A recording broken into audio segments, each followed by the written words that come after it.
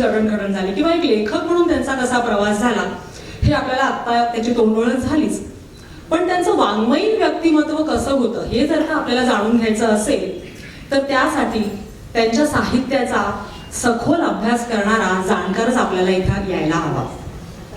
आणि ह्याच करता अतिशय प्रसन्न सुहास्य वदनात असलेल्या आणि मराठी साहित्याचा गाढ्या अभ्यासिका डॉक्टर निधी पटवर्धन यांना आपण इथे आमंत्रित केलंय.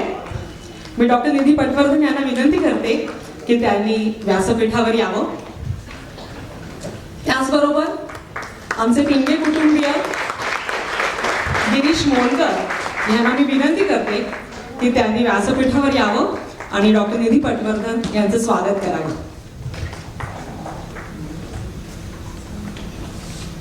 छोटीशी भेट देऊन आम्ही त्यांचं स्वागत करतोय.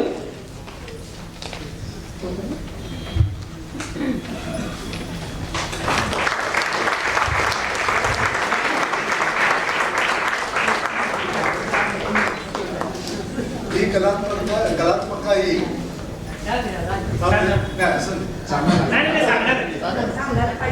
त्यांचे जावई वाद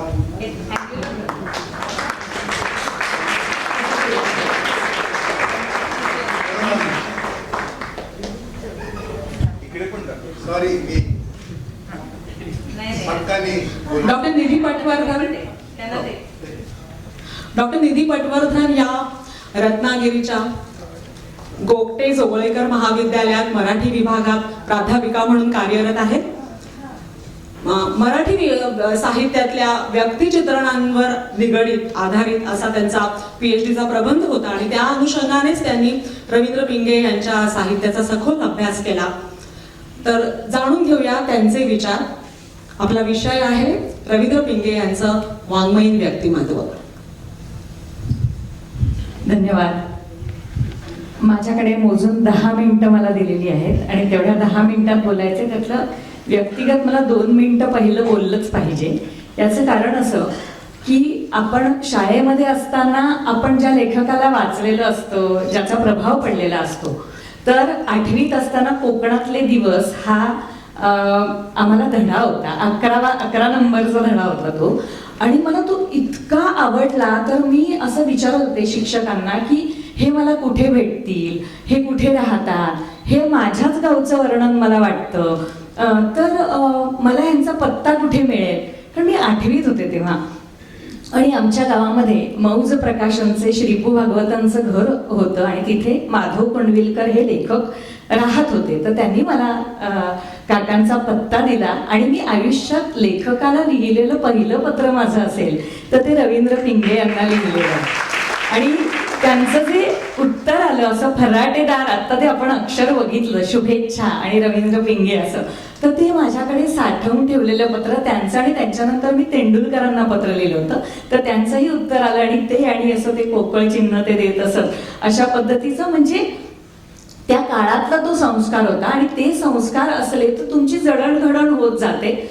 मला माहिती नव्हतं की पुढे जाऊन मी व्यक्तिचित्र या वाङ्मय प्रकाराचा अभ्यास करेन आणि त्याच्यामध्ये सुद्धा पुलंचा आणि रवींद्र पिंग्यांचा, कारण यांनी जास्त व्यक्तिचित्रांची पुस्तकं लिहिलेली आहेत. आणि त्याच्यामध्ये सुद्धा सांगायला आनंद वाटतो की मी जी आता राहते तर ती पु ल देशपांडेंची सासूरवाडी आहे, ठाकूर बंगला. तर रत्नागिरीला मी त्या ठिकाणी राहते आणि ते विश्वेश्वराचं मंदिर त्यांनी जे लिहिलेलं तेही माझ्या घराच्या जवळ आहे. मला तुम्हाला सगळ्यांना खूप खूप धन्यवाद द्यायचे आणि तुमचं कौतुक कशासाठी करायचंय की इतक्या संख्येनं तुम्ही इथे उपस्थित राहिलेला आहात. आमच्याकडे परवाच सुनीताबाईंचं जन्मशताब्दी वर्ष झालं, पण आपण म्हणतो ना घर की मुलगी दाल बराबर, तसं त्या कार्यक्रमाला येण्यासाठी आम्ही इतक्या विनंत्या केल्या सगळ्यांना, पण जसं म्हणावं तसं त्या कार्यक्रमाला जितका प्रतिसाद पाहिजे होता तेवढा लाभला नाही. आणि पार्लेकर इतके दिलदार आहेत तुम्ही की ह्या कार्यक्रमाला आपल्या घरच्या कार्यक्रम आहे असं समजून तुम्ही आलात.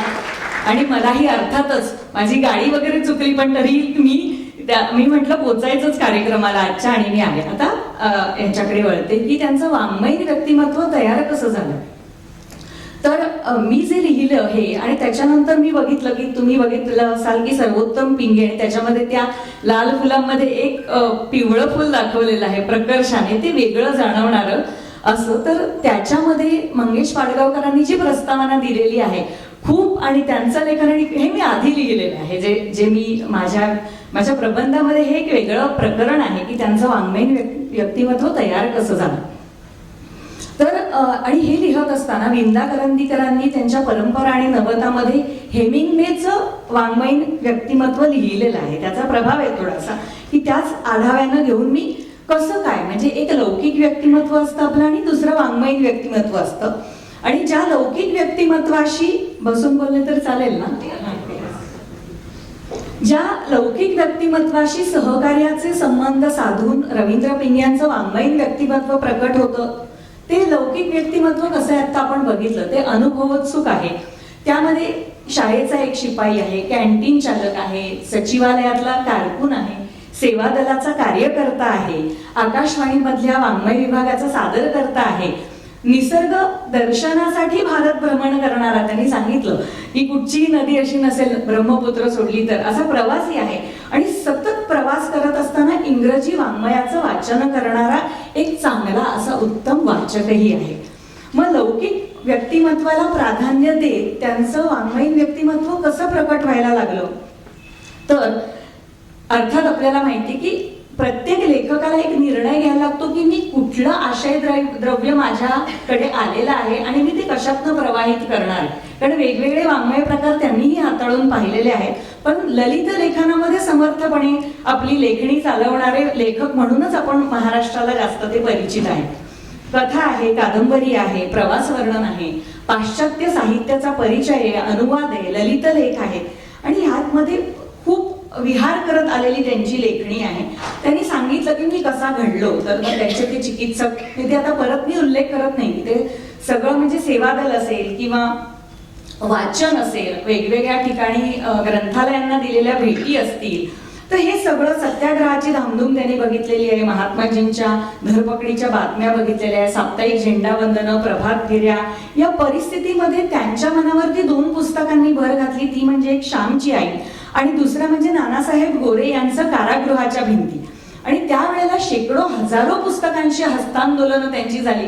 खरं ते हात किती श्रीमंत आहेत आणि ते हात त्याच्यातून ते लिहिते झालेले हात आहेत. आणि मग ती वाचत असताना काही सोडलं नाही त्यांनी.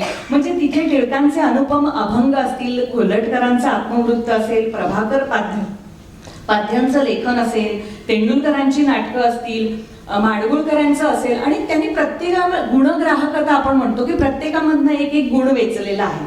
आता काही ठिकाणी ते ना खूप भाविक आहेत, मी तर रवींद्र काका म्हणायचे त्यांना, इतके भाविक, त्या भाऊक प्रतिक्रिया आलेल्या आहेत. आपण माहितीये लेखनामध्ये जेव्हा आपण तटस्थपणे समीक्षा करतो त्यावेळेला आपण त्या गंभीरपणानं घेतल्या पाहिजेत असं नाही, परंतु त्या विधानांचा संदर्भ आपल्या मनामध्ये असलं ना तर त्यांच्या वाङ्मयीन व्यक्तिमत्वाकडे बघणं सोपं जातं.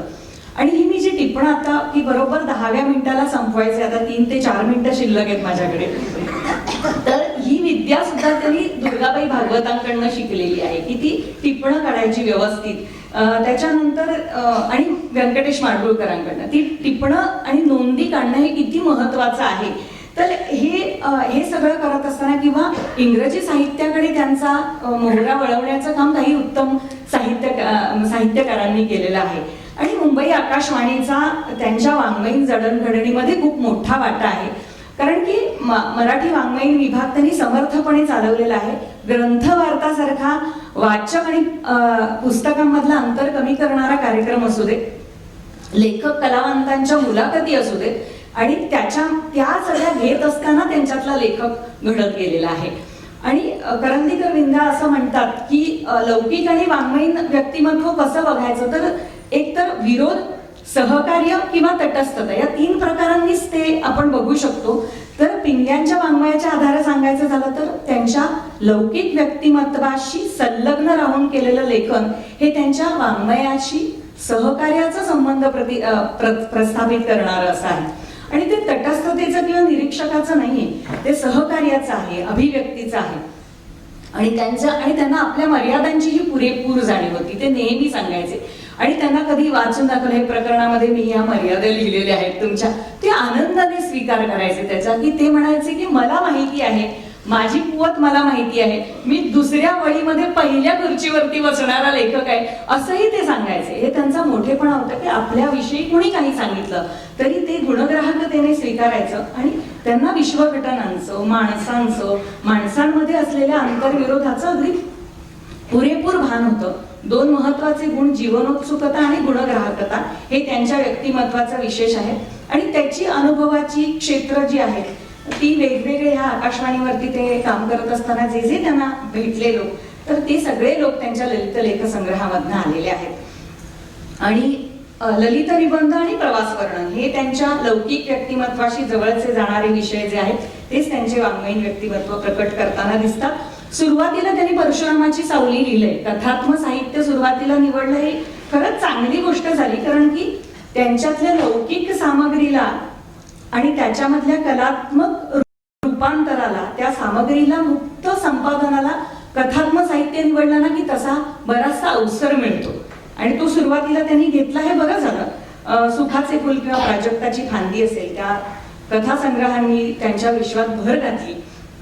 आणि मग शेवटी त्यांच्या लक्षात आलं की कथात्मक साहित्याला नंतर त्यांनी हात नाही लावलेला आहे.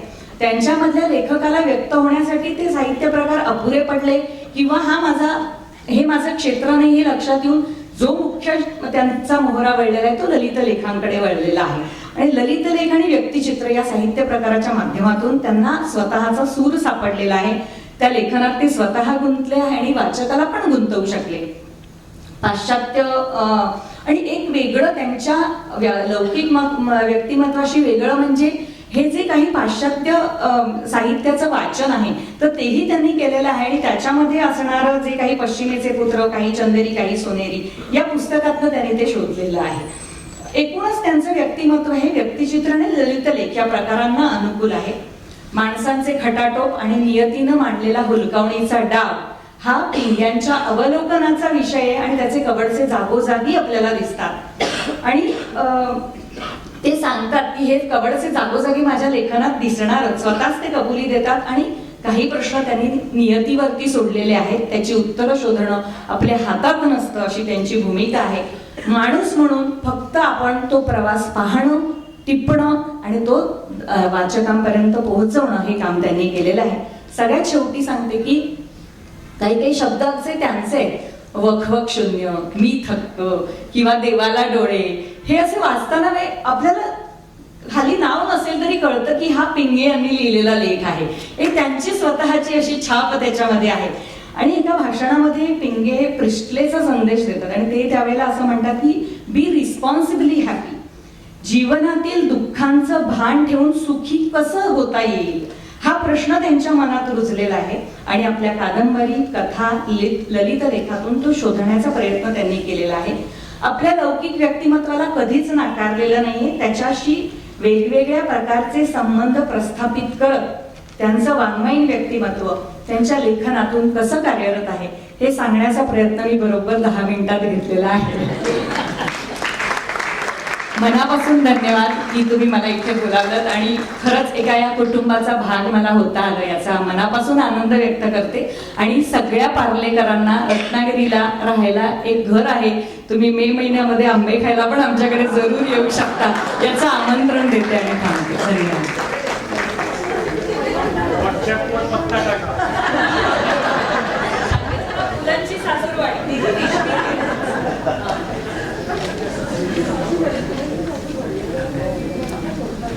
उत्तम वाचक हा नेहमीच साहित्यातला आनंद लुटत असतो, पण जेव्हा एखादी तज्ञ व्यक्ती त्यावर भाष्य करते, अभ्यासपूर्ण बोलते, तेव्हा त्या साहित्याचं एक वेगळंच रूप आपल्याला दिसतं आणि त्यातली एक जी मजा काही आहे ती औरच आहे.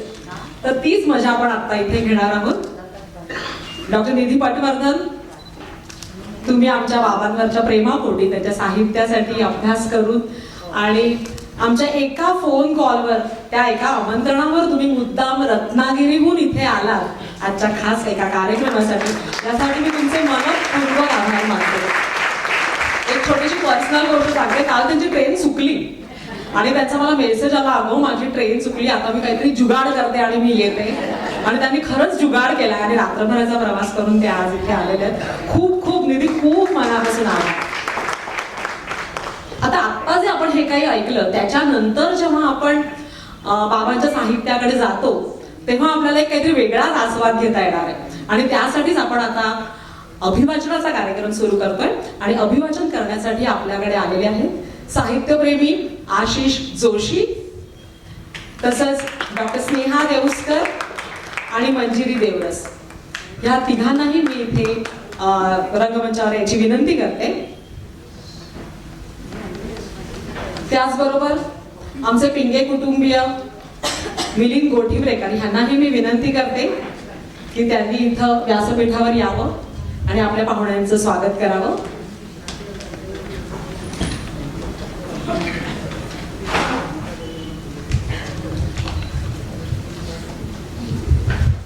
आशिष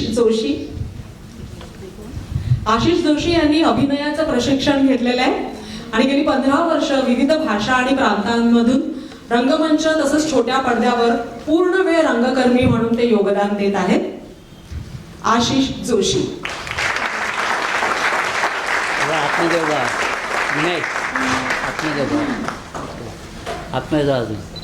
डॉक्टर स्नेहा देऊस्कर या घाटकोपरच्या रामनिरंजन झुंझुनवाला महाविद्यालयात मराठी विभाग प्रमुख आणि उपमुख्याध्यापिका अशा दोन्ही नात्यांनी कामाची धुरा सांभाळत आहेत. आकाशवाणीवर तसंच इतर ठिकाणी मराठी साहित्यिकांवर आधारित असे त्यांनी कार्यक्रमांचं लेखन आणि सादरीकरण असं दोन्ही केलेलं आहे.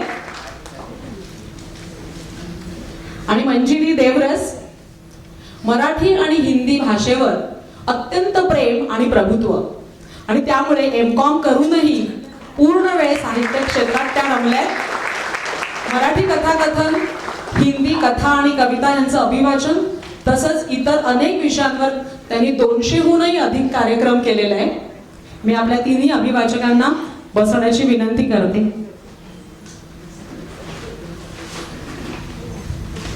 आणि या तिन्ही अभिवाचकांबरोबरच पिंगे परिवारातले 2 शिलेदार इथे त्याला सामील होणार आहेत.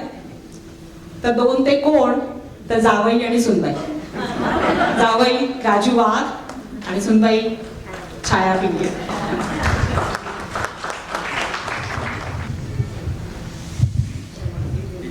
रवींद्र पिंगे अर्थात आमचे बाबा सलग 60 वर्ष आपल्या सिद्धहस्त लेखणीनं त्यांनी निरनिराळ्या प्रकारे लेखन प्रकार हाताळले आणि मराठी साहित्याची सेवा केली आणि आपल्या सर्वांना मनमुराद आनंद दिला. लेखन, वाचन आणि भटकंती हे ह्याच्यावर त्यांचं जीवापाड प्रेम. आणि मग कोकण आणि त्यातूनही उपळं हा नुसता शब्द जरी उच्चारला तरी त्यांचं मन अगदी आनंदानं भरून जातं. तिथली कष्टकरी माणसं, तिथे आलेले अनुभव, तिकडची खाडी, नदी, झाडं, पानं, फुलं, वेली, सगळ्या शेती सगळ्यांवरती त्यांनी अगदी भरभरून लिहिलेलं आहे. शिवाय एवढंच नव्हे तर तिकडचा जो आपल्याला सामान्य माणसांना दिसणारा मिट्ट काळोख आहे तो त्यांना सुंदर भासतो. आणि त्या सुंदर काळोखाचं त्यांनी एक अप्रतिम वर्णन शब्दबद्ध केलंय. तर ते ऐकूया. उपळ्यातला काळोख नक्की कशामुळे सुंदर दिसतो. सर्वोत्तम रवींद्र पिंगे या पुस्तकातला एक लेख आहे, ललित लेखकाला बिलगलेलं कोकण. या लेखाचा काही भाग सादर करतायत आशिष जोशी.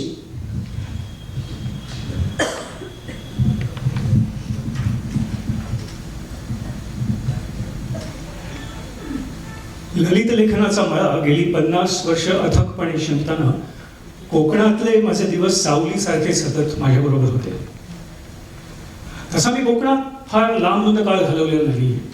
माझा जन्म मुंबईचा, लहानाचा मोठा मी मुंबईतच झालो. मुंबईतच मला घडवलं, भाकरी दिली.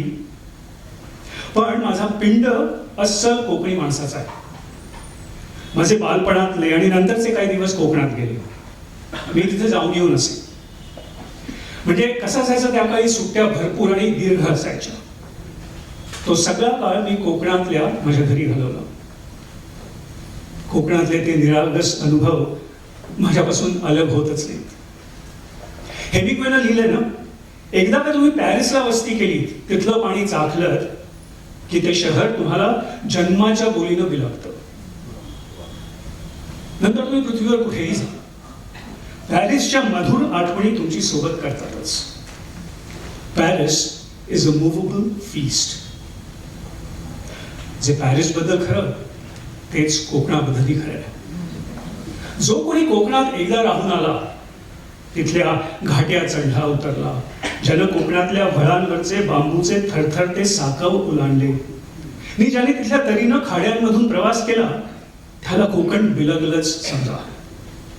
कोकणातल्या पाणंदी, तिथली बंदरं, बांबूची बेटं, आमराया, गडगे, बावी, वटवागलं, विंचू काटा, साप सरडे, देवळं रावळं, पुळण्या आणि भातखाचरं, हे सगळं कोकणी विश्व माणसाच्या मानगुटीवर बसतं.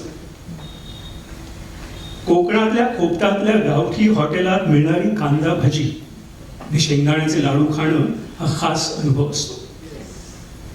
कोकणी पोषमनांच्या निरुद्देश गप्पा ऐकणं आणि गावोगावच्या मास्तर मंडळींची चालू राजकारणावरची वारेमाप भाष्य ऐकणं हे करमणूक करणारे खास अनुभव असतात. मी तर रक्कड घेतलंय, आता मी ते विसरू शकत नाही. कोकणी अनुभवांच्या विराट जगानं मला पुरतं पछाडलंय. जीवाला कधी 5 मिनिटाचा विसावा लागला तरी माझं मन 60-70 वर्ष मागे दुरदुरत जातं. कोवळ्या बालपणातल्या माझ्या आठवणींचा मनात कल्लोळ उसळतो. शहरात राहणं, मुंबई पुण्यातले संसार सांभाळणं, वाचणं, लिहिणं, मित्रांना भेटणं ही वेगळी बाब आहे. ते शहरी जीवन जगावंच लागतं, त्यातून सुटका नाही. पण मनातल्या मनावर पालवत राहणारं कोकणातल्या जुन्या आठवणींचं जगही माझ्या लेखी तितकंच सत्य आहे. त्या जुन्या आठवणी ही माझी संजीवनी आहे. माझं दैनंदिन जगणं त्यामुळे सुसह्य होतं. कोकण स्मृती हा माझा चारा आहे. 65 वर्षांपूर्वी राहून अनुभवलेलं माझं कोकण म्हणजे गोव्याच्या सागरी वाटेवरच्या विजयदुर्ग बंदराच्या ऐल पैलाची हिरवी कंच आणि ओली दुनिया. जगाला वळसा घालून परतल्यावर कादंबरीकार श्रीना पेंडसे म्हणाले, इतकं जग पाहिलं पण दाभोळ बंदराच्या पंचक्रोशी इतकं नयन मनोहर दुसरं कुठेही काहीही नाही. दाभोळ हाच या पृथ्वीवरचा स्वर्ग. दाभोळ या शब्दाच्या ठिकाणी मी विजयदुर्ग हा शब्द टाकेन. समोर दर्याचा अफाट पसारा, वर विस्तीर्ण निळभोर आभाळ, माळवनानी गच्च गदगदलेली भूमी आणि खारफुटीच्या जाळ्याने तरारलेले खाडीकाठ म्हणजे नजरबंदी करणारी विजयदुर्गची ही पंचक्रोशी. उपळं हे विजयदुर्गच्या खाडीकाठावरचं माझं एतुकलं खेळ म्हणजे त्या कशिद्यावरचा एक रंगीत ठिपका आहे. आमच्या खाडीला गावकरी वाघाटनाची खाडी म्हणतात. संध्याकाळी आमच्या खाडीकाठच्या बंदरावर घटकाभर उभं राहून छातीवर सोसाट्याचा सागरवारा झेला तुम्हाला पुनर्जन्म झाल्यासारखं वाटेल. तरीवरून पलीकडल्या डोंगरमाळा निहाळताना वाटतं निसर्ग लावण्याचा इतका मोहक नजराणा हिंदुस्थानात अन्यत्र कुठेही नसेल. सगळ्या निसर्ग सौंदर्याचं अत्तर जर कुठे एकवटलं असेल तर ते फक्त वाघाटण्याच्या खाडीकाठावरल्या उपळ्यातच काय काय आहे. हे सगळं आहे. मात्र उपळ्यात उत्पन्नाचं किमान साधन नाही. 200 वर्षांपूर्वी तर कोकणात पैशाचं दर्शन सुद्धा घडत नव्हतं. फक्त शेती एके शेती आणि ती सुद्धा भात शेती. क्वचित कुणी कुळीत पेरीत, वाल बडगे पेरीत, पण ते काही खरं नाही. तांबूस छटेचा जाडा भरडा तांदूळ हेच पोटपूजेचं एकमेव साधन. आंब्याची कलमं आसमंतात औषधाला सुद्धा नव्हती. फक्त रायवळ आंबे, फणस, रात आंबे. पावसाळ्यात पडवळ किंवा अळू आणि खाडीतल्या चंदेरी मासळीची रास.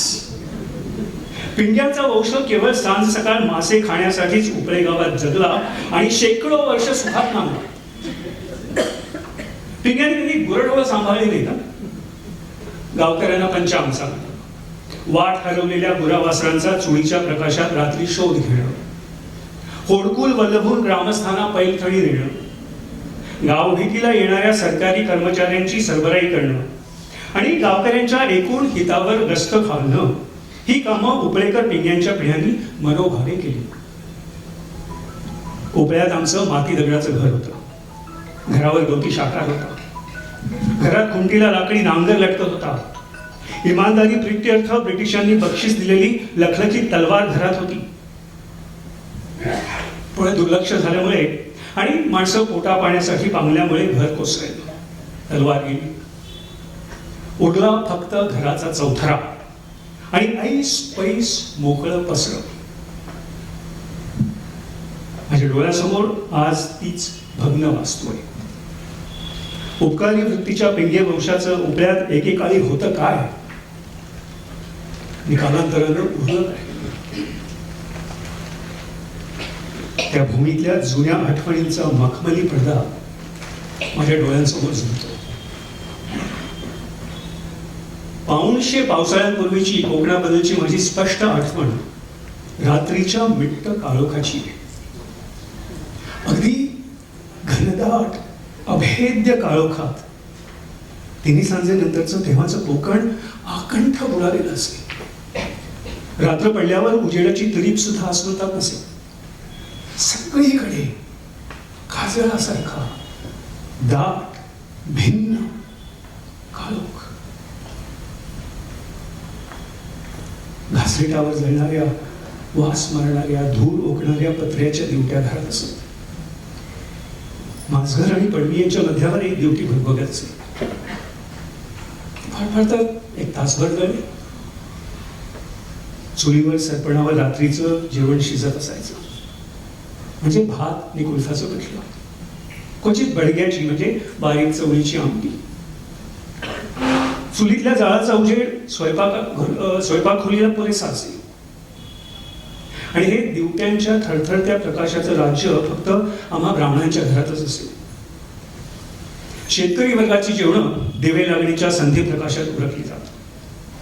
त्यांच्या पडवीवर दिवट्या कधी असत कधी नसत.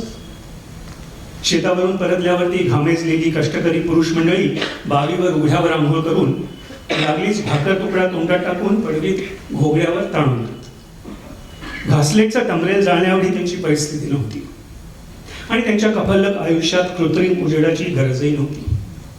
चंद्र सूर्याचे उजेड त्यांना पुरेसे असत. दिवे लागणीनंतर घराबाहेर पडण्याची तेव्हा रिंगभात नव्हती.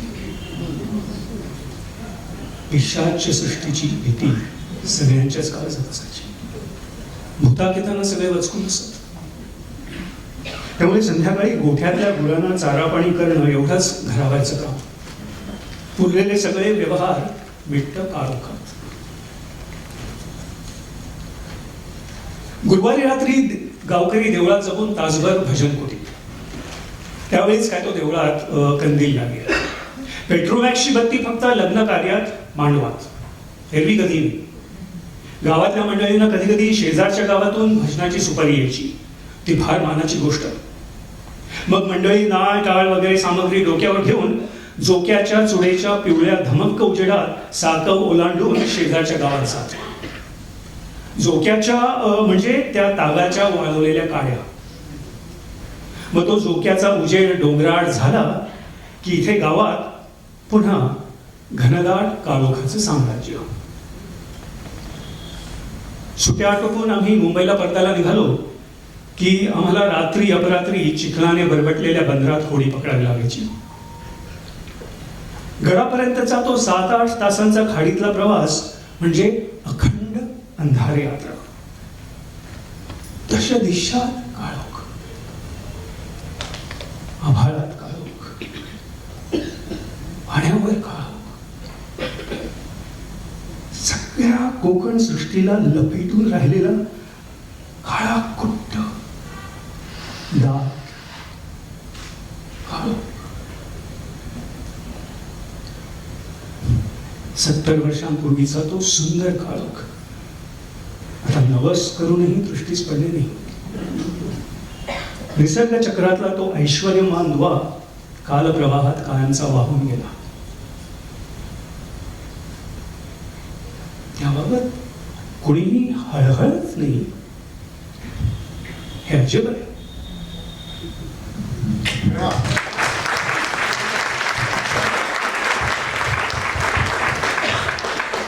आमच्या बाबांनी कादंबरी लिहिली, कथा लिहिल्या, पण ते जास्त रमले ते ललित लेखन, व्यक्तिचित्रण आणि प्रवास वर्णन यामध्ये. त्यांच्या आणि हे सगळं लेखन त्यांनी मराठीत जरी केलं असलं तरी त्यांचं इंग्रजी वाचन अफाट होतं. आमच्याकडे शेकडो इंग्रजी पुस्तकं होती आणि ते वाचत असताना बाबांना त्यातलं जे भावलं ते त्यांनी उमाळ्यानं लिहिलं आणि मराठी माणसाला पाश्चात्य लेखकांची ओळख करून दिली. त्यातले कितीतरी लेखक त्यांच्या आवडीचे होते, पण त्यातलीच एक विशेष आवडीची लेखिका म्हणजे पर्ल बक. ऐकूया पर्ल बक विषयी बाबांनी काय लिहिलंय. बकुळ फुलं फुलं मोहाची या संग्रहातल्या फुलं वाटणारी लेखिका या लेखाचं संपादित अंश सादर करतायत राजू वाघ.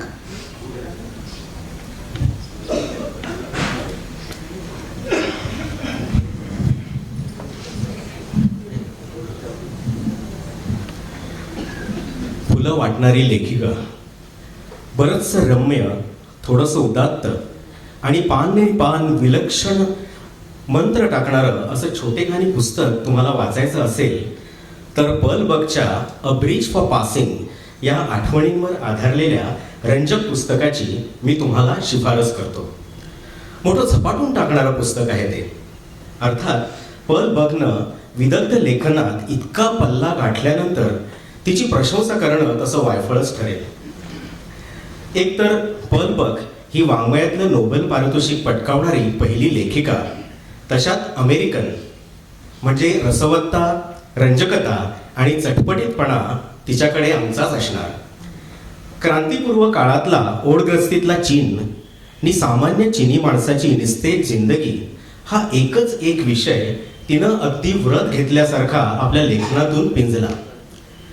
तिनं सलग 60 वर्ष रोजच्या रोज लेखन केलं, शिवाय सतत विश्वसंचार केला. शेवटच्या घटकेपर्यंत म्हाताऱ्या आईवडिलांची मनोभावे सेवा केली. जन्मभर राजकीय आणि नागरी स्वातंत्र्याच्या बाजूनं आवाज उठवला आणि जगात कुठल्याही लेखकानं कधीही केलं नाही असं मानवतेचं थोर काम स्वेच्छेनं पत्करून एक हाती तडीला नेलं. आणि ते म्हणजे मानसिक आणि बौद्धिक वाढ खुंटलेल्या देशोदेशीच्या अपंग मुलांचा व्रत म्हणून स्वेच्छेनं सांभाळ केला. त्यांच्यासाठी बालकगृह स्वखर्चानं स्थापन केली. त्यांना सांभाळ करते मायाळू दत्तक आईबाप मिळवून दिले. अशा या कनवाळू पर्ल बकची व्यक्तिगत आयुष्यात मात्र क्रूर फरफट झाली. चीनी शेतकऱ्यांना अद्ययावत शेतकीचं शिक्षण देणाऱ्या प्राध्यापक बक यांच्याबरोबर तिचं लग्न झालं. तो प्रेमविवाह होता. तो संसार पुढे भिसूर झाला. त्या संसारात तिला एक मुलगी झाली. ती मतिमंद. तिची सगळी जबाबदारी या लेखिकेवर पडली. पर्लच्या आईला म्हातारपणी चीनी मुलखातली हवा काही मानवली नाही. ती क्षयग्रस्त झाली आणि वडिलांना कायम हेकेखोरपणाचा व्याधी जडली. ते बेसुमार तापट झाले. त्या दोघांचाही सांभाळ पर्ल बकनंच केला. तशी ती साक्षात दयेची देवताच होती. तिनं सकलांवर सावली धरली. कोणालाही कधीही अपशब्द वापरला नाही, टाळाटाळ केली नाही. उभ्या आयुष्यात ती वडिलांवर फक्त एकदाच संतापली. ते दुःख तिला जन्मभर पुरलं. रोजच्या रोज त्याबद्दल ती देवापाशी क्षमा मागे. तिचे शब्द आहेत, आईबापांच्या छायेतलं आपलं आयुष्य किती थोडं असतं. ज्यांनी आपल्याला जन्म दिला त्यांना त्या अवघ्या काळात शब्दांनी दुखवून आपल्याला काय मिळतं. म्हाताऱ्या आईबापांना सतत प्रेमाने वागवणं आणि त्यांचा सांभाळ करणं हाच खरा आनंद आहे. त्या समाधानातच जीवनाची कृतार्थता आहे. हे सर्व जर तुम्हाला मुळातून वाचायचं असेल तर माय सेव्हरल वर्ड्स हे पर्ल बकचं आत्मचरित्र जरूर वाचा. तर मगाशी मी तुम्हाला अ ब्रिज फॉर पासिंग याबद्दल सांगत होतो. या पुस्तकात एक मजेशीर हकीकत आहे. पर्ल बकच्या द बिग वेव्ह या कथेवर चित्रपट काढण्यासाठी एक चित्रपट कंपनी जपानमध्ये चित्रीकरणासाठी गेली. त्या ताफ्याबरोबर पर्ल बक लेखिका या नात्याने गेली. ती म्हणते, जपानमधल्या वास्तव्यात एके दिवशी मला हॉटेलात धड झोप येईना. सारखं अस्वस्थ वाटायला लागलं. भास होऊ लागले की कुठल्या तरी अज्ञात शक्तीला मला काहीतरी निकडीचं सांगायचंय. माझ्या तातडीच्या भेटीसाठी कोणीतरी तळमळत आहे. कोण असेल ती व्यक्ती? कुठं असेल? माझ्याशी काय काम असेल तिचं? दूर अमेरिकेत 7 वर्ष निश्चित पडून असलेला माझा दुसरा नवरा तर मला भेटण्यासाठी तळमळत नसेल ना? त्याचा अंतकाळ तर जवळ आलेला नसेल ना? कदाचित असंच असेल. इतक्यात टेलिफोन वाजला. पलीकडून तिची एक दत्तक मुलगी थेट अमेरिकेहून सांगत होती, बाई, मन घट्ट करू नये का? तुमचे यजमान काल रात्री झोपेत वारले. तुम्ही लगोलग अमेरिकेला परता. चित्रीकरण अर्ध्यावर सोडून पलबग त्याच रात्री अमेरिकेत परतली. आपल्या असहाय्य अवस्थेतल्या नवऱ्याच्या कलेवराचं तिनं दर्शन घेतलं. अगदी शांत मनाने त्याचा दफनविधी आटोपला. इतकं सांगून नंतर तिनं आपल्या या दुसऱ्या लग्नाची प्रेम कहाणी सांगितली आहे. पहिल्या लग्नातून मोकळी झाल्यावर आपल्या अपंग मुलीला घेऊन पलबग अमेरिकेतच राहू लागली. तिनं लेखिकेचा पेशा स्वीकारला होता. ती आता प्रौढ झाली होती. तारुण्य मागे पडलं होतं. तिनं एक पुस्तक लिहिलं आणि अनोळखी संपादकांकडे पाठवलं. त्यानं ते लिखाण आस्थेनं स्वीकारलं. काही मौलिक सूचना केल्या. हा प्रारंभ. तो संपादक सुद्धा प्रौढ वयाचा होता. त्याने सुद्धा पहिल्या बायकोपासून घटस्फोट घेतलेला होता. स्वभावतः तो तृप्त, निस्वार्थी आणि प्रांजळ होता. पलला तो आवडला, मात्र प्रियकर म्हणून नव्हे तर केवळ एक मित्र म्हणून. त्याचा स्नेह फुलू लागल्यावर एके दिवशी त्या संपादकाने पलला लग्नाची मागणी घातली. तिनं स्पष्ट नकार दिला. पण त्यानं मैत्री तोडली नाही. तो संतापलाही नाही. उलट संधी मिळेल त्या वेळी तो तिला लग्नाची मागणी पुन्हा घालू लागला आणि प्रत्येक वेळी ती ठाम नकार देऊ लागली. New York, Stockholm, London, Paris, Venice, Yokohama, ज्या ज्या शहरी पलबग गेली त्या शहरी योगायोगाने तो हजर व्हायचा. लग्नाच्या मागणीची उजळणी करायचा आणि थंड नकार नम्रपणे स्वीकारायचा. अखेर त्याने तिला एकदा सांगितलं, नियतीचीच इच्छा दिसतीये की पृथ्वीवर तू जिथं जिथं जाशील तिथं तिथं मी किंवा माझा आत्मा तुला सदैव भेटत राहील. बोल, करणार माझ्याशी लग्न? शेवटी तिनं फेरविचार करून त्याला लग्नाला होकार दिला. त्यांचं लग्न झालं आणि त्यांचा समंजस अमेरिकन संसार सुरळीत सुरू झाला. तो तिच्या लेखनाचा गाढ चाहता होताच. आता तिचा नवराही झाला. त्याने नवरेशाही चुकून सुद्धा तिच्यावर कधी गाजवली नाही. उलट तिला लेखनाला भरपूर वेळ दिला आणि आणखी 4 अपंग बाळं त्यांनी दत्तक घेतली. आयुष्यातल्या त्यांच्या आनंदी आगमनामुळे पलबगला मोठं मानसिक बळ लाभलं. त्याचं काम तो करे, तिचं काम ती. दिवस असे सर्व बाजूंनी सुखात चालले असताना एके दिवशी त्याला डोळ्यांनी दिसेनासं झालं. डॉक्टरी उपाय हरले. मग ध्वनिमुद्रित केलेला मजकूर तो डोळे मिटून ऐकू लागला. गाण्यांची मजा लुटू लागला. पण तेही दिवस मावळले, कारण त्याला कानाने ऐकू येणंच बंद झालं. मग तो नुसता खुर्चीतच निश्चित पडून राहू लागला. त्यानंतर त्याचं स्पर्शज्ञान नाहीसं झालं. नंतर मेंदू काम करेनासा झाला. तो लोळागोळा होऊन पडला. त्याच्या साऱ्या संवेदना शक्ती बधीर झाल्या. डॉक्टरांनी पलबगला सांगितलं, माणसाला हळूहळू कुरतडणारा हा रोग असाध्य आहे. हा माणूस केव्हा जाईल नेम नाही. गेला तर पुढच्याच क्षणी, नि जगला तर असाच 25 वर्ष नुसता पडून राहील. काय होतंय ते त्यालाच कळत नाहीये. सुखही नाही, दुःखही नाही. तेव्हा तुम्ही आता याच्यात गुंतू नका. तुमचं लेखन कार्य शांतपणे चालू ठेवा. त्याच्यासाठी नर्स नेमा, ती त्याची देखभाल करेल. मन घट्ट करून तिनं आपला लेखन यज्ञ पुनरपी सुरू केला. पुस्तकांची रास उभी केली. चित्रीकरणासाठी पुढे ती जपानला गेली आणि तिथंच तिला त्याच्या मृत्यूची बातमी ही अशा अकल्पित रीतीनं कळली. तिच्या आयुष्यातलं एक प्रकरण संपलं. पलबगनं हयातभर मान मोडून एका विशिष्ट नजरेनं लेखन केलं. त्यातून महान यश मिळवलं. अपंग जीवांना जन्मभर आधार दिला.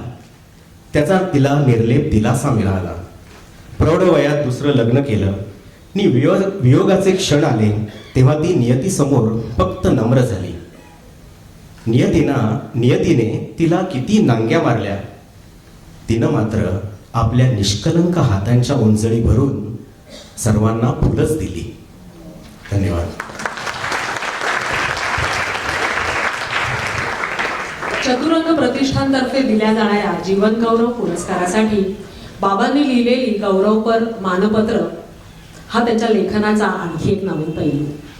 अतिशय सुंदर आणि एकापेक्षा एक सरस शब्दांचा कलात्मक वापर करून थोर व्यक्तींचं कर्तृत्व आणि त्यांच्या आयुष्याचं सार असं मांडणारे अप्रतिम नमुने त्यांनी पेश केले. बाबांच्या सुरुवातीच्या काळात ही त्यांची काही पुस्तकं, देवाघरचा पाऊस किंवा आनंदाच्या दाही दिशा, पश्चिमेचे पुत्र, शतपावली यासारखी ही जी पुस्तकं होती ती राजहंस तर्फे प्रकाशित करणारे प्रकाशक होते बळवंत मोरेश्वर पुरंदरे अर्थात बाबासाहेब पुरंदरे. आज 15 नोव्हेंबर शिवशाहीर बाबासाहेब पुरंदरे यांचा आज स्मृतिदिन. आज त्यांच्या स्मृतिदिनी बाबांच्या लेखणीतून साकार झालेल्या त्यांच्या मानपत्राचं वाचन करणं याहून योग्य आणि भावपूर्ण आदरांजली ती कोणती असेल. मानपत्राचं वाचन करतायत डॉक्टर स्नेहा देऊस्कर. नमस्कार. शिवशाहिराला मानाचा मुजरा. शिवप्रेमाने दंश केलेलं काळीज, जिभेवर देवी सरस्वतीची प्रसन्न वसती आणि आडमाप भ्रमंतीचा झंझावात यांचा त्रिवेणी संगम पाहायचा असेल तर बाबासाहेब आज तुमच्याशिवाय अन्य कुणाकडे बरं बोट दाखवता येईल. या 3 पैलूंमध्ये जन्मजात निस्संगपण मिळवलं की बळवंतराव मोरेश्वर पुरंदरे उपाख्य बाबासाहेब पुरंदरे या पराक्रमी पुरुषोत्तमाचं वर्णन जवळपास पुरं होतं. मात्र केवळ जवळपास. आपलं पूर्ण आणि सार्थ वर्णन करायचं म्हटलं तर तुमच्यात दडलेलं निरागस मूल आणि मिश्किल भाव यांचाही विचार करावा लागेल. एकाच भव्य विषयावर झपाटलेपणानं तडाखेबंद 10,000 भाषणं देणारे तुम्ही प्रखर शिवभक्त आणि देहभान विसरून पाऊस पाण्याची पर्वा न करता तुमची रसवंती ऐकताना भान हरपलेले लक्षावधी श्रोते, हे समीकरण जगाच्या पाठीवर अति दुर्मिळ. सांस्कृतिक इतिहासात आपला हा पराक्रम सोन्याच्या शाईने शब्दांकित होईल. तुमच्या शब्दांना प्रसार माध्यमांनी आपले पंख दिलेले नाहीत, तरीही वाईपासून वॉशिंग्टन पर्यंत भ्रमण करून श्रोत्यांना प्रत्यक्ष भेटून शिवरायांचा संदेश सर्वत्र नेण्याचा पराक्रम फक्त तुम्हीच करून दाखवलात. नोंद करण्यासारखं एक ऐश्वर्य तुमच्यापाशी आहे, ते म्हणजे सासवडचं तुमचं पुरंदरे घराणं. राजा छत्रपती शिवाजी महाराजांच्या आगमनाच्याही 100 वर्ष अगोदरपासून ते कार्यरत होतं. पुरंदऱ्यांची नौबत पर्वतीच्या पायथ्याच्या पुरंदरे वाड्यात 400 वर्ष झडत होती. वाड्याच्या समोर कालवा वाहत होता. वाड्यात तोफा होत्या, मंदिर होतं, कागदपत्र होती. त्या ऐतिहासिक दौलतीचे आपण वारस आहात. मात्र तुम्ही ऐश आराम वर्ज केलात. तुमच्या अंतर्यामी एक दिव्य ज्योत प्रज्वलित झाली आणि कल्याणकारी शिवरायांचे गद्य पोवाडे गाण्यासाठी आपण जीवाचं रान केलं. लेखणीही त्याच ध्येयाप्रित्यर्थ अर्पण केली. पुरंदरे घराणं लाख मोलाचं असलं तरी आर्थिकदृष्ट्या तुम्ही सर्वसामान्यांच्या पातळीवरच होता. कधीतरी पुरातन काळी तुम्ही भाजीपाल्याच्या टोपल्या वाहून नेल्यात आणि मंडईत कोथिंबिरीच्या जुड्या विकल्यात अशी आख्यायिका आहे आणि ती निव्वळ काल्पनिक नाही. तथापि तेही दिवस पालटले. जुना काळ पाहिलेल्या आपल्या वडिलांचं बोट धरून तुम्ही उघड्या डोळ्यांनी पुण्यात हिंडू फिरू लागलात. मोरेश्वर पंतांचा इतिहास प्रेमाचा वारसा रक्तातून आपल्याकडे वाहत आला. आपल्या पिताजीने आपल्याला इतिहासकालीन भग्न अवशेष दाखवले, मंदिरं दाखवली. परिणामतः तुम्ही भारत इतिहास संशोधन मंदिरात व्यासंगी वावर सुरू केला. तिथं जुनी पत्र वाचलीत, बखरी वाचल्यात, दैवजात स्मरणशक्तीच्या बळावर वाचलेलं सर्व अद्भुत तुमच्या स्मृतीपटलावर वज्रलेप झालं. तुमच्या आत अंकुरलेला अभ्यासक रंगरूप घेऊ लागला. देव, धर्म आणि मातृभूमी यांच्याबद्दलचं तुमचं चिंतन सुरू झालं. राष्ट्रीय कामात तुम्ही सहभागी झाला. ऐन तारुण्यात राष्ट्रधर्माची हाक तुमच्या कानावर पडली. तुम्ही कारावास पत्करलात. तोही फलद्रूप झाला. तुरुंगात तुम्ही सवंगड्यांना ऐतिहासिक हकीकती सांगायचे आणि मंत्रमुग्ध होऊन सगळेजण तुमचं कथन ऐकायचे. तुमच्यात दडून बसलेल्या शक्तीची ती जुणूक होती. पुढे तुम्ही मुक्त झालात. काळ बदलला, अनुकूलही झाला आणि भाषणमाला गुंफण्याची आणि ऐतिहासिक हकीकतीचं लेखन करण्याची कल्पना स्फुरली. आपल्या आयुष्याला कलाटणी मिळाली.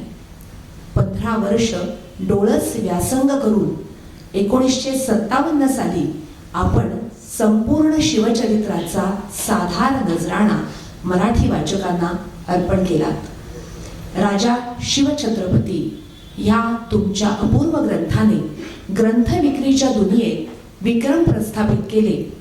गेली 40 वर्ष हा ग्रंथराज वाचकांच्या पठणात आहे. याखेरीज अन्य ऐतिहासिक विषयांवरही आपण नेटाने ग्रंथ निर्मिती केली. तुमच्या लेखणीचा आणि वाणीचा बाज शाहिरी धाटणीचा आहे. इतिहासप्रेमी श्रोते तुमच्या या दैवी संपत्तीवर लुब्ध आहेत. तरीही गर्वाचा आपणाला स्पर्श नाही. आपण नम्र भावाने सांगत असता की मी इतिहास संशोधक नाही, इतिहासकारही नाही. शिवकीर्ती गाणारा मी फक्त शिवशाहीर आहे. इतिहासाचार्य राजवाड्यांचा मी गुरव आहे. खरंच हा विनय आपल्याला शोभून दिसतो. आपण लिहिलेल्या जाणता राजा या विराट कार्यक्रमाचे आजवर 400हून अधिक प्रयोग झाले. आपल्या कार्यक्रमातून सामाजिक काम फत्ते करणाऱ्या उपकारी संस्थांना 4 कोटी रुपयांची मदत मिळाली. हे कर्तृत्व अपूर्व आहे. याखेरीज शिवसृष्टी निर्मितीची चक्र सुरूच आहे. पुण्यात कात्रज जवळ ती दुनिया लवकरच साकार होणार आहे. लक्षावधी शिवप्रेमींच्या नजरा त्या भव्य दिव्य स्वप्नाच्या पूर्तीकडे लागल्या आहेत. बाबासाहेब, एका आयुष्यात आपण फार मोठी तलवार मारून दाखवली. महाराजा शिवछत्रपती प्रतिष्ठानची उत्तुंग निर्मिती केली. हाती असलेल्या साधनांचा वापर करून नवं जग निर्माण केलं. अबीर गुलाल, मशाली, पताका, झांजा, डफ, तुंडुण असं जे काही हाती लागलं त्याचा उपयोग करून शिवरायांची पालखी आपण सर्वत्र फिरवली. शिवाजी तुम्ही लोकांपर्यंत पोहोचवलात. इतक्या पिढ्या आल्या आणि गेल्या, त्यात कुणालाही न जमलेलं तरुणांच्या हृदयात शिवप्रेमाची प्रतिष्ठापना करण्याचं बहुमोल असं काम तुम्ही याच जन्मी याच देही करून दाखवलं. ह्या वर्षाचा चतुरंगचा सांस्कृतिक क्षेत्रातला जीवन गौरव पुरस्कार तुम्हाला देण्यात आम्हाला अतीव आनंद होत आहे. शिवसृष्टी निर्मितीच्या आपल्या अखंड ध्यासाला आमच्या शुभेच्छा. चतुरंग प्रतिष्ठान आणि जीवन गौरव पुरस्कार निवड समिती, मुंबई, 26 डिसेंबर 1998.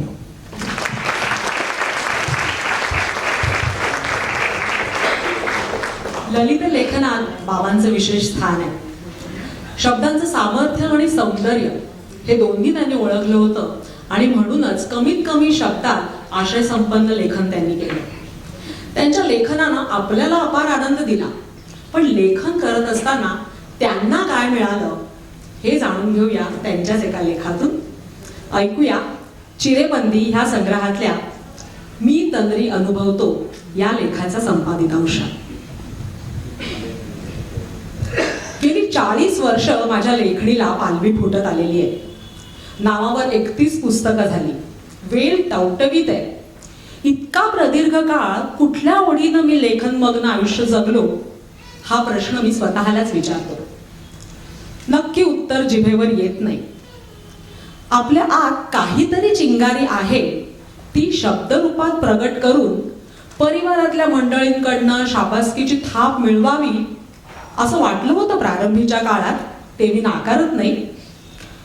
कोणीतरी आपल्याला हुशार समजावं हे अल्लड वयात वाटणं अनैसर्गिक नाही. पण मग स्वतःला हुशार समजण्यासाठी मी गणित का नाही सोडवली, उत्तम चित्र का नाही काढली, क्रीडांगणावर पराक्रम का नाही केले? कारण त्या कला मला वश नव्हत्या. लेखन हे त्या मानानं सोपं आणि हाताजवळचं वाटलं. लेखनाला साहित्य तरी किती माफक लागतं, कागद आणि लेखणी बस. पुढचा प्रश्न येतो की मी लेखनाचा गाडा सलग 40 वर्ष का ओढला? मध्येच कधीतरी थकल्यामुळं हातातलं वल्ल सुकवत का नाही ठेवलं? उत्तर, लेखन करण्या वाचून मला अजिबात चैन पडेना. प्राथमिक यश मिळाल्यावर मी पुढे झेपावलो. पण समजा सुरुवातीला नाट लागला असता, यशाची किरणं अंगाखांद्यावर न पडती, तर मी लेखन करायचं सोडून दिलं असतं? नाही, त्रिवार नाही. यश न दिसतं तरीही मी लेखन मनोभावे करत राहिलोच असतो. कारण लेखन कलेनं मला चटका लावला आणि माझ्या एकमार्गी आयुष्याला मोल प्राप्त करून दिलं. पैसे फार किरकोळ सुटले.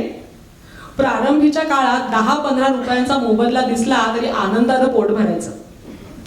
पण केवळ पैसे मिळावेत म्हणून लिहिल्याचं आठवत नाही. अडीनडीला किंवा पैशाची तंगी असताना मी लेखनच केलं. कारण लेखन विद्या माझ्यात मुरलेली होती. आणि ज्याला घवघवीत यश म्हणतात ते तरी मला आजवर कुठे दिसलंय. साहित्य सेवकांची म्हणून काही एक वस्ती आहे, मोहल्ला आहे.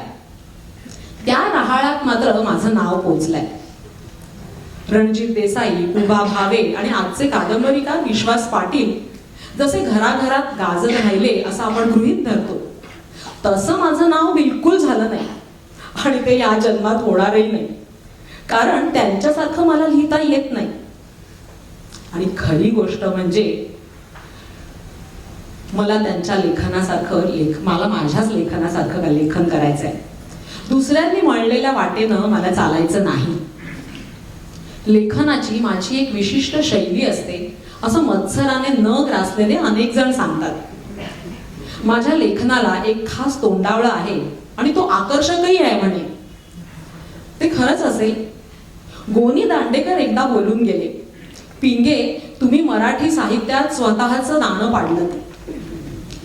यातली अतिशयोक्ती वजा करूनही तळाला सत्याचा चकचकीत तुकडा आहे हे खोटं नाही. तुम्ही का लिहिता असं अनेक जण मला विचारायचे. मी उत्तर देत असे, परिचित जिज्ञासू रसिकांशी मानसिक पातळीवर हस्तांदोलन करण्यातला आनंद लाभावा म्हणून मी लिहितो. मला माझ्या शब्दांचं जाळं दूरवर फेकायचंय. हे सुद्धा अगदीच खोटं नाही. गावोगावच्या अपरिचित रसिकांची खुशीपत्र आली की अजूनही जीव सुखावतो. देवदयेनं मला अशी पत्र भरपूर येतात. त्या हिशेबानं मी सुदैवी आहे. पण वाचकांचा प्रतिसाद लाभावा म्हणून किती काळ लेखणी राबवणार, तेव्हा ते काही खरं नाही.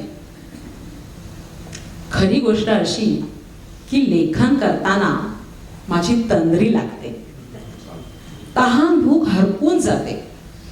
तो आनंद लुटता यावा म्हणून मी लेखनासाठी रक्त आटवतो. कागदासमोर मान मोडून बसतो. तंद्री हा विलक्षण सुंदर आणि जीव बहरून टाकणारा दुर्मिळ अनुभव आहे. उपासनेच्या भावनेनं जे कलाविष्काराकडे बघतात फक्त त्यांनाच या अद्भुताचा अनुभव येतो. मला तो येतो. आता प्रश्न असा आहे की सध्याचा काळ खराब असतानाही लेखक लेखनाची आराधना का करतात? इतर सर्व मान मराठा क्षुल्लक लेखून लेखन विद्येच्या क्षेत्रातच कंबर कसून का उभे राहतात? कुसुमाग्रज, विंदा करंदीकर, विजय तेंडुलकरांसारखे पहिल्या रांगेतले साहित्यसेवक कुटील डावपेचांच्या नि भ्रष्टाचाराच्या आजच्या अराजकात लेखणीशी इमान कसं बरं राखतात? तेंडुलकर तर सांगतात की काही लढाया आम्ही जन्मभर हरणार आहोत, तरीही आम्ही खांद्यावर संघर्षाचा जरी पटका घेऊन लेखणीच्या हत्यारानं लढतच राहणार. या थोरांचा धीरोदात्त आवाका नजरेसमोर आला की मला आतल्या आत लटपटायला होतं. पण काही क्षणभरच, लगेच मी भानावर येतो. माझा जीव इवलास आहे हे काय मला माहित नाही, तरीही तो जीव आहे म्हणजे माझ्या आत काहीतरी जिवंत आहे. त्या दिव्य शक्तीला मी ऊर्जा समजतो. आणि ऊर्जा अविनाशी असते हा विज्ञानाचा नियम आहे. ती कायम प्रस्फुटित होत राहणार. माझा मगदूर जसा असेल तसा माझ्या भावभावनांचा आणि विचारसृष्टीचा आविष्कार अविरत होत राहणार. आता तर लेखणी पाजळायची सवयच जडली आहे, ती सुटणं मुश्किल. लिहिताना अनेकदा मी थबकतो, विचार करतो. वाटतं लेखनाचा इतका प्राणायाम करण्याची खरोखरच काही आवश्यकता आहे काय? कशाला कष्ट घेतोस? मी टॉलस्टॉय नव्हे की हरिभाऊ आपटेही नव्हे. तेव्हा बेटा खारी सारखा जग, फळं खा आणि झाडामाडात रम, सुखाला लागशील रे. पण ते खरं नसतं. लेखन क्रिया आता अंगवळणी पडले. समोर कोरा कागद दिसला रे दिसला की त्यावर 4 ओळी लिहिल्याशिवाय गत्यंतर उरत नाही. शपथ घेऊन सांगायचं तर तासापूर्वी समोर हे पाठकोरे कागद दिसले. त्यांनी खुणावलं. मी लेखणी उचलली आणि त्या कागदावर एका बैठकीत मन मोकळं केलं. अखेर श्री शिल्लक काय तर तंद्री अनुभवली.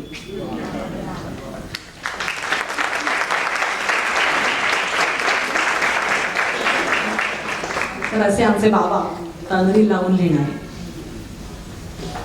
प्राजक्ताची फांदी आणि सुखाचं फूल हे बाबांचे 2 कथासंग्रह.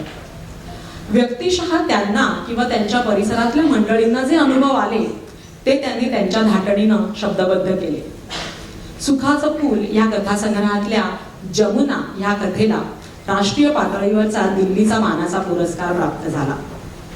त्यांच्या शब्दात सांगायचं तर एकाकी माणूस आणि अनियंत्रित नियती यांच्यातलं उबदार हस्तांदोलन किंवा त्यांचा उग्र झटापट हा माझ्या एकूण सर्वत्रच लेखनाचा विषय आहे. याचीच प्रचिती देणारी सुखाचं फूल या कथासंग्रहातली जीवाला चटका लावणारी एक कथा आहे अंदमानचा पाहुणा. ही कथा कथन करण्यासाठी येत आहेत मंजिरी देवरस.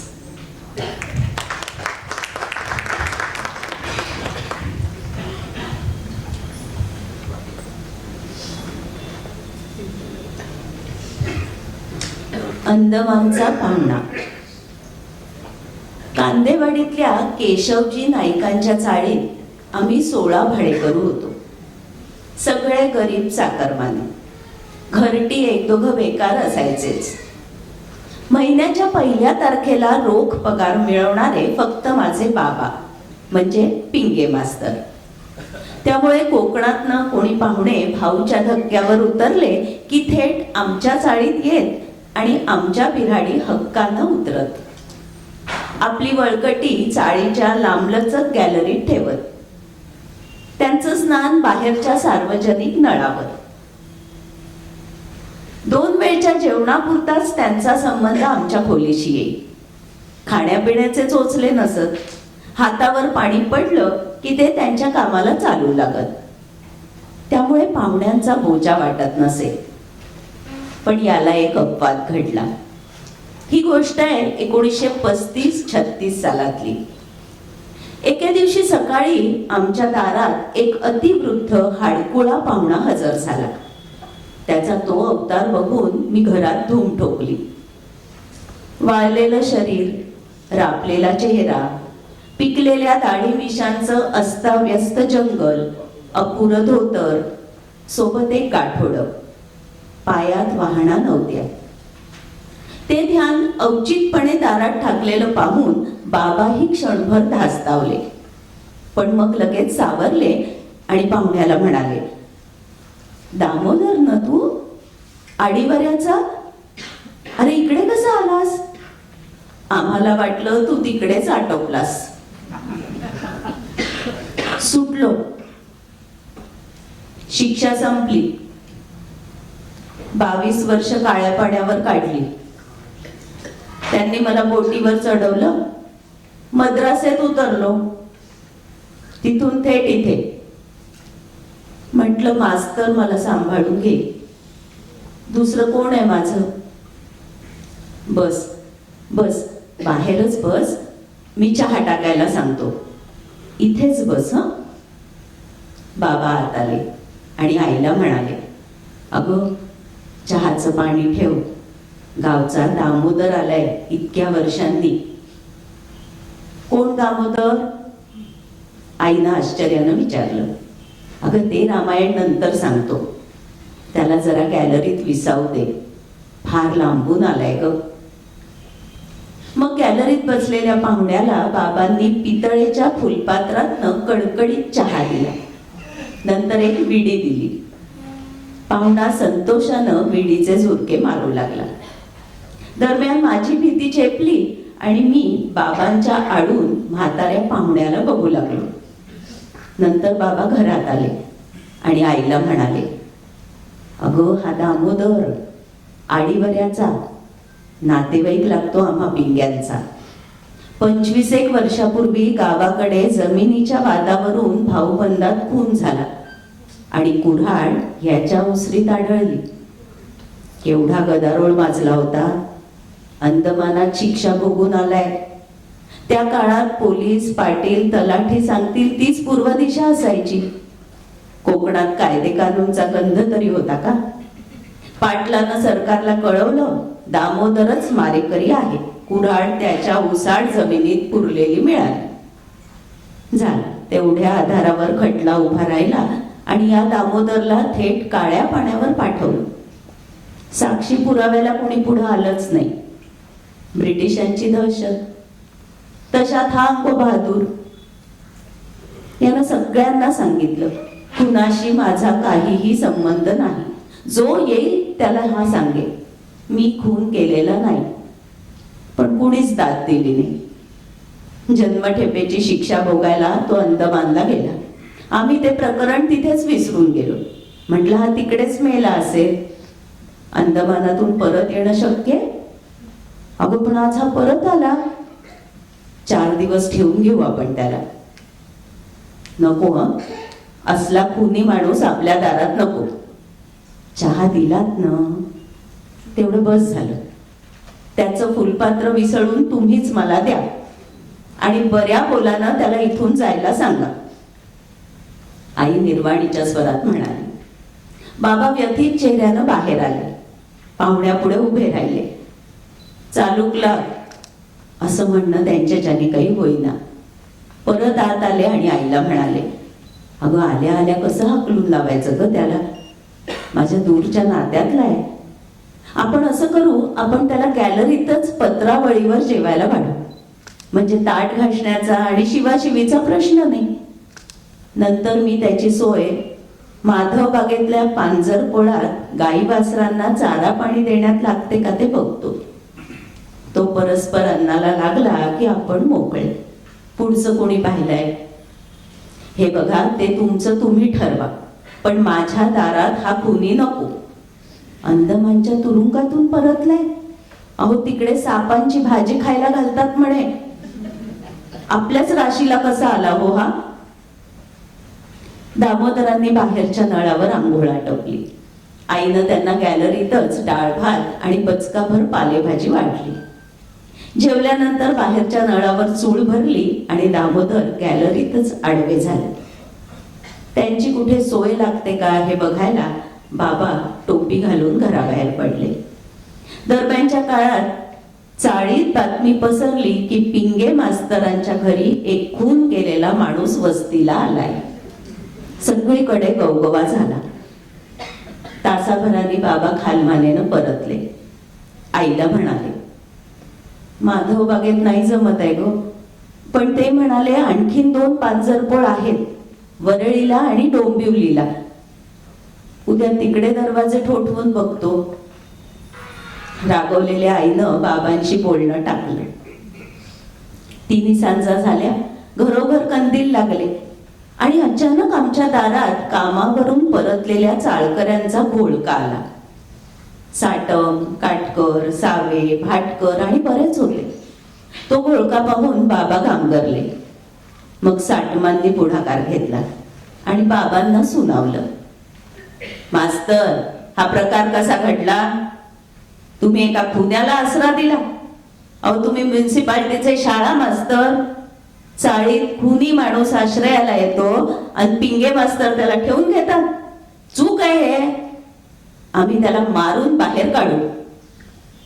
अहो ऐका, त्याची कैद संपली आहे.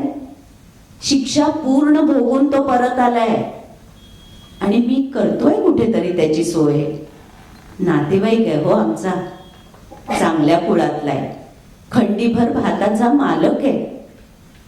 खुनी माणूस काळ्या पाण्यावरून आलेला, त्याला तुम्ही सर्टिफिकेट देता. धन्य आहे तुमची मास्तर. ते चालायचं नाही. चाळीत सगळे बालबच्चेवाले आहेत, सगळ्यांच्या घरी लेकी सुना आहेत.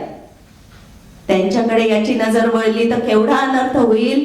अहो कल्पना करा.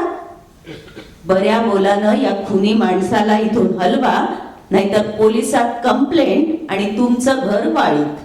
पस्तावा ना. बाबा हबकले. दामोदर थंड नजरेनं सगळं निर्विकारपणे बघत होते. बाबा शांतपणे दामोदरला म्हणाले, ऐकलंस ना, माझा इलाज नाही रे.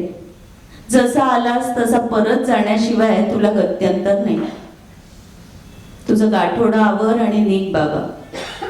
पण अंशापोटी नको जाऊस. तुला काहीतरी खायला देतो, ते तोंडात टाक आणि जा. मी तरी काय करू सांग. मग दामोदर म्हणाले, संडासला जाऊन येऊ. जा. असं म्हणून बाबा घरात आले. सकाळचा थोडा भात शिल्लक होता. तपेलीत ताकही होतं. बाबांनी तो शिळा भात घेतला, त्यावर ताकाची धार सोडली, मिठाचे 2 दाणे टाकले, लोणच्याची 1 फोड ठेवली आणि ते अन्न घेऊन बाबा गॅलरीत आले. संतापलेली आई अलिप्तपणे सगळं बघत होती. दामोदर बाहेरच्या नळावरून परतले. बाबांनी त्यांना शिळ्या अन्नाची पुरचुंडी दिली. त्यांनी ती खाल्ली, पाणी प्यायले. त्यांना ढेकर आला. तो गळ्यातला आवाज मी ऐकला.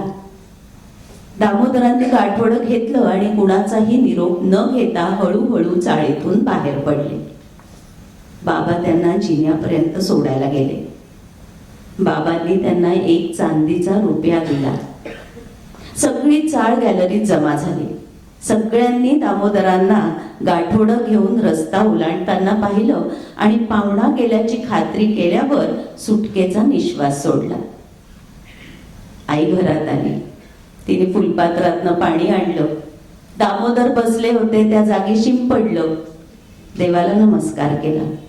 तिच्या दृष्टीनं जागा पवित्र झाली. बाबा मात्र बराच वेळ गॅलरीत सुन्न बसून होते, एकटेच. काही वेळानंतर आई त्यांच्या जवळ गेली आणि म्हणाली, अहो तुम्ही कशाला वाईट वाटून घेताय? ज्याचं कर्म त्याच्या जवळ. चला आज चटईवर पडा, उठा बरं.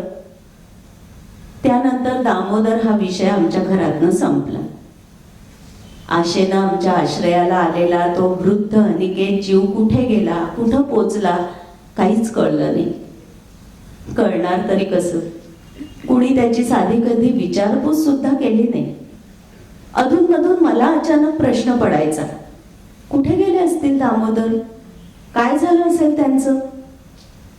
पण ते तेवढ्या पुरतच असायचं. संथ वाहणाऱ्या काळगंगेत कशा कशाचा म्हणून आठव ठेवायचा.